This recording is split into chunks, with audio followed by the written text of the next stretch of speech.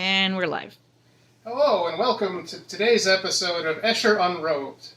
The first episode of Esher Unrobed. We're making potato knishes.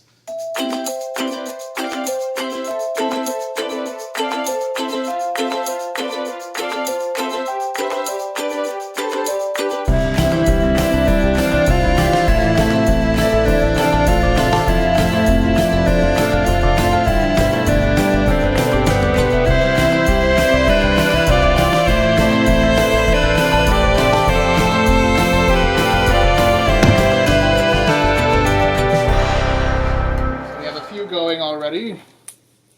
Now, we're going to start with the dough. This is a slightly experimental dough. I have tried adding some whole wheat flour to it, which is making it a little interesting to work with, but I think should make it taste delicious. Notably, not 100% whole wheat flour, because that would be ridiculous.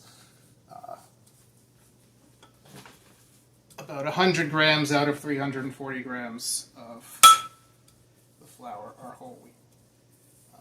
And we're going to roll it out into until it's nice and thin and in a vague rectangle. This does not have to be perfect because knishes are like a nice Jewish comfort food type thing. They don't need to be perfect. This dough is pretty easy to work with. It's easy to stitch back together if you accidentally rip it like that. Shout out to Verid on camera. Hi, Verid. Meow. On camera and egg wash. Yes. And then over here in this bowl to my right, I have a mixture of potato and onion. You cook the onion down slowly in a pan with some oil. You either boil or steam the potatoes until they are just slightly tender. You don't want them mushy like you'd have for mashed potatoes because you want them to stay together and they're going to cook more in the oven inside the knish. So then you throw the potatoes in the pan with the onions to mop up any leftover oil or moisture, and then you put them through a grater in a food processor, or I use a meat grinder to get a nice texture out of them. And then you mix in a little bit of egg, and that makes a nice texture that you can work with. It tastes good. You throw in some seasoning and so forth. I will attempt to remember to put the recipe up for folks. I have tried several different knish recipes. This one is based on a woman named Ethel who her grandkids got her to record her famous knish recipe. I have modified it a bit because I've had some issues with it. So now I'm going to take a pizza cutter and I'm going to cut basically the width that I want the knish to be. Ethel's method is to put some oil on the top so it'll seal, put filling all down the bottom, and then fold over the sides and roll it up, and then cut knishes with her hand, and then seal them up. I've never gotten them to seal. They just sort of slowly ooze filling out as you attempt to work with them, and it's a huge pain. So after a whole bunch of research online, I stumbled on this method, which I find works quite well. They look a little strange, but they look handmade, and they taste delicious, and they're relatively straightforward to do. So I'm going to use a disher. That's a new thing I'm trying this year to get an even amount of filling in each knish instead of, I tend to overfill when I try to do it by hand. So what I'm going to do is This position was a mistake. I put the filling in, I fold over the bottom over it, so I left some space at the bottom when I put the filling in. I fold over the bottom, and that lets me vaguely seal where I folded it over. And then I'm going to go on a diagonal.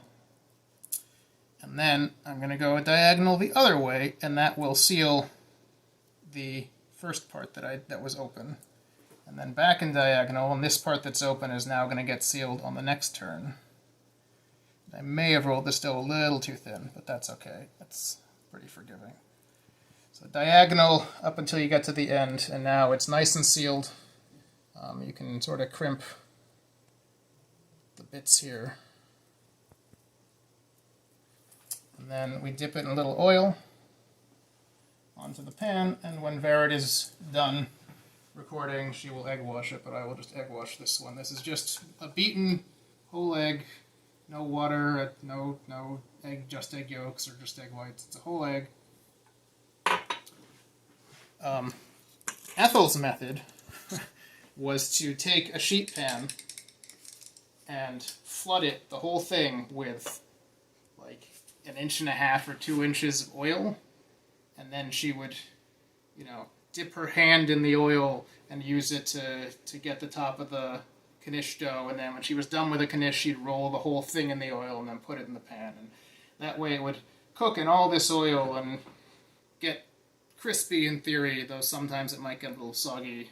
I tried that the first year I did these, and I mean, they came out fine, except for my inability to form them properly, but it's just such a waste of oil, and you have to clean all that oil out of the pan. I find just put some in a shallow dish that you can dip the bottom of them in. I have in my notes, I'm not sure if I came up with this or if I found it somewhere else, to brush the parchment paper with oil first, but it doesn't seem necessary because, I'm dipping the bottom in oil, so what's the point of also brushing the parchment paper in oil?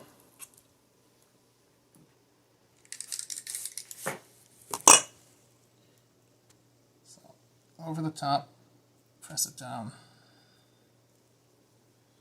Roll it on a diagonal again to seal the first part, and try to push it in those corners. Diagonal again, and you seal it in the second part, and just keep crimping anything you need to as you go along.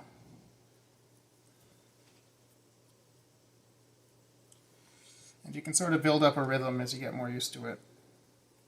And if you do it really well, they'll turn into triangles, but like I said, I think I rolled this out too thin, so they're more circular, but just because they're triangles does not mean they're Hamantaschen. Or jelly tarts. Jelly tarts, yes. I don't know why the King's Baker is making jelly tarts, but fine. I mean, Hamantaschen. You know what I meant. Yep. I wonder if they explained that everyone's Jewish in later seasons. We stopped watching Dragon Prince. We did. It was, wow. The first season was mostly great.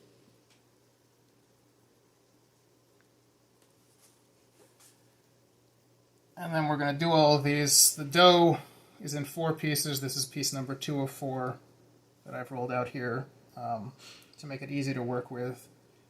Ethel claims you can freeze it. I have found that it sort of dries out, and also it's a really simple dough to make, so I don't see any reason to not just make it right when you're going to use it. And again, I will theoretically be putting the recipe up along with this video. And then once you have them all formed and on the sheet pan and you have egg washed all of them, you put them in a 350 degree oven for about 25 minutes, 30 minutes, something like that. Let them cool a little bit, and you have delicious knishes.